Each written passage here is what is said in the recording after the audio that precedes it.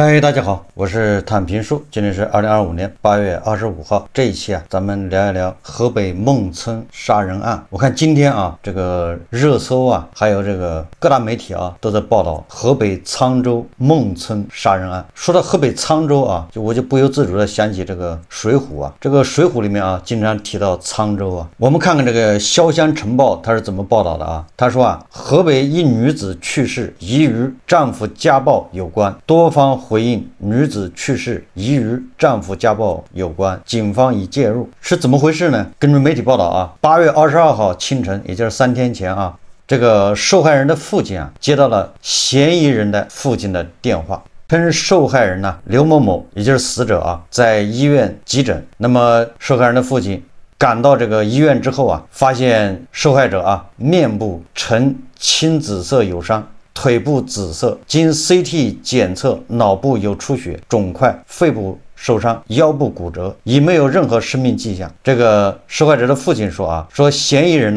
也就是那个受害者的丈夫有长期家庭暴力行为，此行为导致最终受害者去世。这个网传的8月22日刘某某案件情况说明书里大概写的非常详细这个不知道谁写的也有可能是受害者家属写的，就是把这个经过当然它不是那个施暴的经过，不是案发经过，而指的是这个从医院到后面报警到警方出警到最后这个经过，做了一个这个时间线上的梳理，大家自己可以在网上去看一看他这个主要是质疑这个警方办案程序，出警对吧，现场勘查等等，他们就怀疑这个犯罪嫌疑人是不是在这个过程中干预了。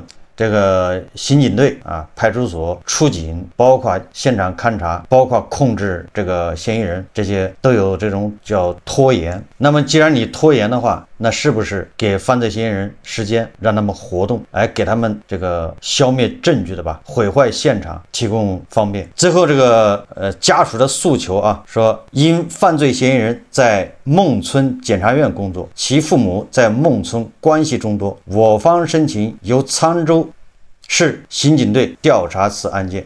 我们再看看这个警方是怎么说的这个孟村公安发布了警情通报，就是昨天早上警方是这么说的2025年8月22号，我局接报警，某小区发生一起刑事案件，致受害人刘某某，女，25岁，死亡。接警后，公安机关依法开展现场勘查、调查取证等工作，将犯罪嫌疑人金某，男，26岁，系刘某某丈夫；张某，女，48岁，系金某母亲，也就是这死者的婆婆涉嫌帮助毁灭伪造证据抓获，并依法采取刑事拘留强制措施。经法医检验，刘某某系钝性外力作用致颅脑损伤死亡，未怀有身孕。同时，公安机关在会同妇女权益保护部门对刘某某被家暴相关情况深入开展调查，为依法严格公正办案，经沧州市公安局指定管辖，此案件移交肃宁县公安局进一步侦办。这是孟村公安发布的这个警情通报，也就是这个叫指定管辖，叫异地办理，这个是最大程度的避免这个案子受到人为因素干涉。就像任何一起这个社会热点事件一样这个事情在网上引起了这个大家的关注以后这个各种说法非常多。有人说是因为这个死者长期受这个她丈夫家暴，有的说这个死者怀有身孕，那不是一尸两命吗？那很严重有的说这个犯罪嫌疑人有外遇，那个外遇是他本单位的，也是检察院然后这个死者给那个小三打电话，那小三就把这个告诉这个犯罪嫌疑人，犯罪嫌疑人回去就家暴。有的说绘声绘色说是用铁棍击打头部什么击打腰部等等，就是各种说法真真假假。8月24号，潇湘晨报记者就此事致电孟村县政府办，值班人员称此事确实在当地引起高度关注。据其了解到的最新消息，刘某某已去世，目前警方正在处理此事。金某是否对刘某某存在长期家暴，刘某某是否系被金某家暴致死，该值班人员表示详情不清楚。对于网传的金某系孟村县某单位工作人员，也就是检察院网传的，该值班人员表示还未确定。当然了，这个是因为昨天还没有上班。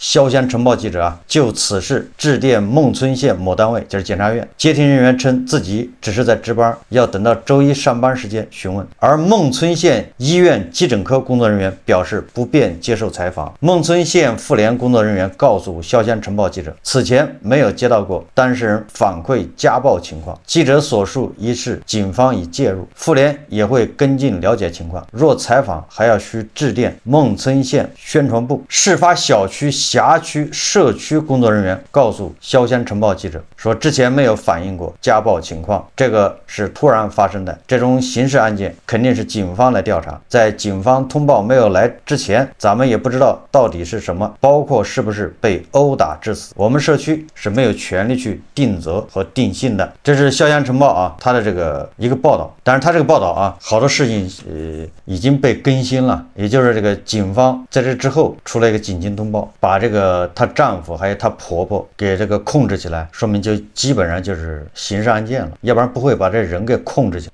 那晚上就有传言了说21号晚上出的事，22号送去医院的时候，医院给了一张死亡证明，说因为心梗死亡。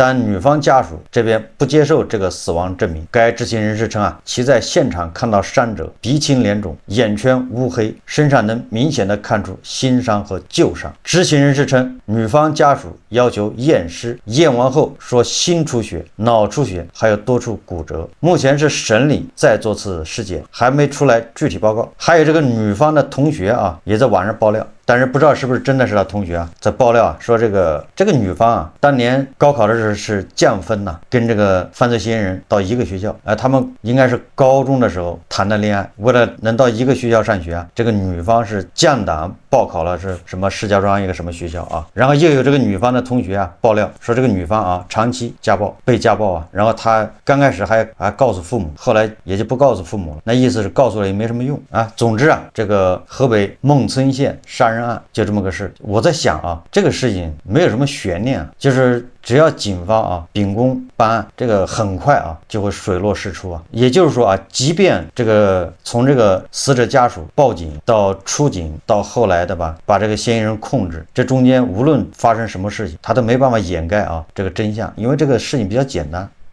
通过尸检就能知道他死亡的时间，对，这个可以精确到那个半个小时以内，对吧？现在的那个医学技术就法医然后这个现场勘查，你就是怎么去毁灭现场、毁灭证据都没有用就这个案子你伪造成他自杀，对吧？伪造成什么心梗的都没有用，都是徒劳只会加深他的罪行。那这个我看这个当地的警方也比较重视这个事，马上就河北沧州公安立马就给他指定管辖。这个怎么说这是值得称赞的，也就是他主动的他因为现在舆论已经起来了你不管他前面是什么原因导致的但是舆论一起来，他们马上主动的异地这个办理，因为大家都怀疑这个犯罪嫌疑人他们家在那个孟村县已经很有一些势力，实际上都是传言这个犯罪嫌疑人的父亲在当地就是开了一个诊所，对吧？那认那些人那是肯定的，但是你说他有多大权力不好说然后一说这个犯罪嫌疑人的爷爷是当地一个医院的院长，这都是传言这个犯罪嫌疑人的妈妈，也就是现在已经被控制了那个，也是个医院的医生，属于那种在当地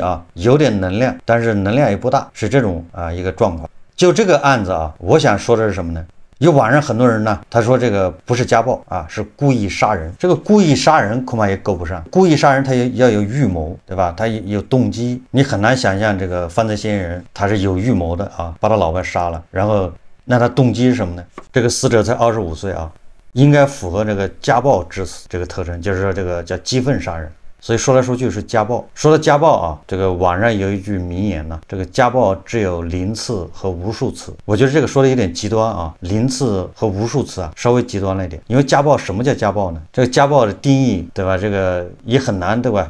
这个叫把它说清楚家暴的标准是什么？谁也说不清楚。有人说这个还有语言暴力，对吧？骂那也叫家暴。还有人说这个你不骂你不说话那叫冷暴力，那也叫家暴。所以这玩意儿就没法讨论了。咱们通常说的家暴指的还是武力，对吧？以这个暴力我认为家暴如果是指的是武力那么这家暴应该是只有零次和无数次啊，这中间还有一个，就是当第一次家暴的时候啊，你一定要看清楚。家暴只有零次和无数次啊，这个有一定的道理啊，但是你不能说一个突发或者偶然，或者是对吧？一些这个，你比如酒后啊，一些特殊状况下也可能这个家暴，也叫什么人非圣贤啊，孰能无过，对吧？在有一些这个情形下，有一些环境下也可能啊出现家暴，所以这个家暴最多只能接受一次，也就是说只能原谅一次。如果说你第二次家暴、第三次家暴，不应该保有这个侥幸心理啊。什么意思呢？就是第二次家暴，你就不要找任何理由，直接就要么离婚，对吧？情侣呢就是分手，没什么好说的，对吧？已婚的那就是离婚，就是你不能再给机会，不能再去找借口啊，再去原谅，对吧？这种原谅只有一次。所以说的这个孟村杀人案啊，就这个受害者普渡啊，对吧？既然他同学说他啊经常被家暴，那为什么还要跟他在一块呢？离了他就活不了了是吗？所以说这个什么长期家暴，这我是理解不了的。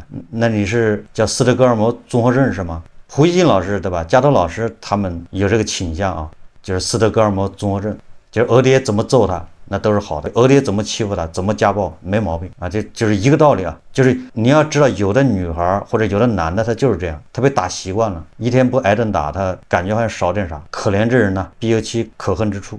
所以我建议啊，这无论是男的还是女的，对吧？家暴就一次，第二次家暴立马该分手分手，该离婚离婚，就没什么好说的。你连人身安全都得不到保障，你扯什么淡呢？甚至啊，如果你善于观察的话，你要发现对方啊有这种暴力倾向的话，都不要等他出手。他有暴力倾向，你就该离开他。也不是说离了这个萝卜干就过不了年了。说什么受害者啊是恋爱脑，这是个悲剧啊。刚才说到啊，这个刑事案件在这个年代啊，应该不是什么难点啊，破这个案子很快，对吧？就会铁证如山呐。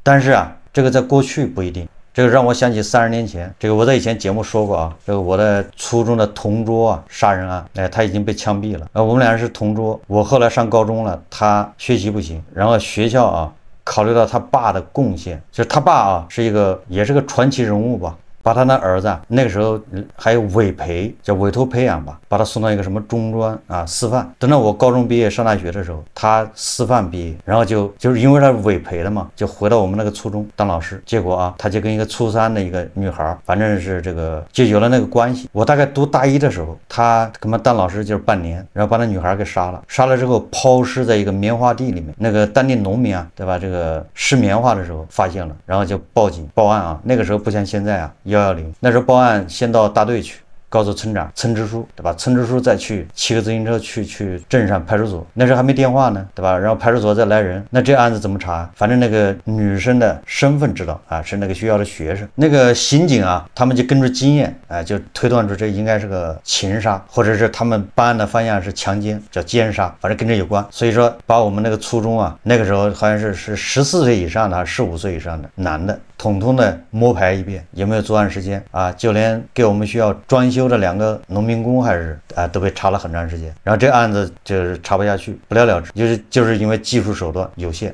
结果这个女方的家属啊也很厉害，就是坚持这个往上告。我们的县的公安没那水平，然后他跑到这个省城合肥不行，他们跑到北京。最后啊，据说是北京那边做的 DNA 检测出来，这个女孩应该是跟3个人有关系。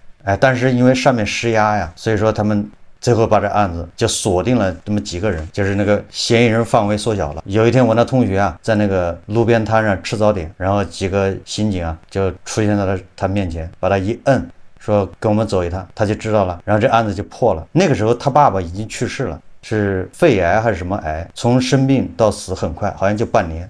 刚才说了，他爸爸是个传奇人物，跟当时的那个就是后来我们那个大 boss 啊，95年的时候那个大 boss 还是楚军，我同学他爸爸实际上就是我老师啊，他跟那个后来的大 boss 啊，他们是泰州中学的同学，就是睡在我上铺的兄弟，他们还有合影。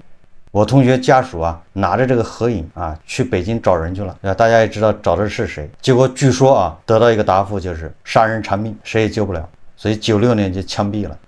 那个时候不像现在啊，那时候人还比较淳朴，他们家属啊，家里人也觉得这个对不起社会，丢人呐，觉得抬不起头，所以说这个把遗体啊就是全部捐了。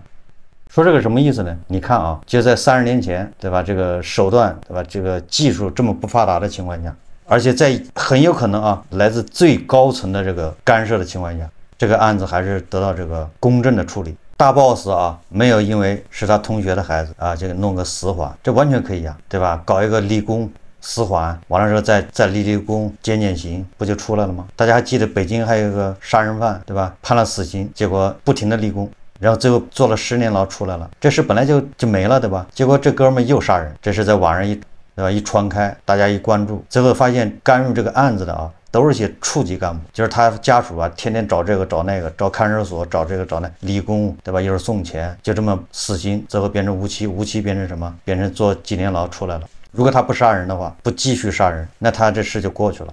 还有那个大家记得云南的孙小果案吧？云南那个孙小果也是传奇人物，最后才发现他根本就不是什么大官，就跟那北京的案子一样，都是叫县官不如县管。说这个什么意思呢？就是说河北孟村这个杀人案啊，如果警方只要秉公执法，这个事情没有任何悬念。我那个同学啊，一是父亲死得早，他还年轻嘛，就相当于我高1的时候，对吧？他父亲就死了，就那时候才15、16岁嘛。他母亲也死得早。我那个老师好像结过3次婚，前3个妻子都是去世，怎么死的也不知道。就像那个白鹿原上面那个白嘉轩一样，几个老婆生了好几个孩子，前面全是女孩。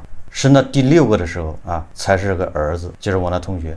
那个老4、老5啊，女孩啊，还是个双胞胎。他们3个都跟我一个班。然后我那老师啊，这个因为在学校他有办公室嘛，他就经常下午啊在办公室那个拿黄豆啊炖猪蹄。你看大家知道那个时候就缺肉啊，所以同学们一闻到那个炖猪蹄的味道，那简直是垂涎3尺吧，很兴奋的。我们就知道是我们老师要在炖猪蹄了。然后他啊，放学的时候，他就把他儿子把我同桌留下，让他俩女儿回家炖猪蹄给他儿子吃。什么意思呢？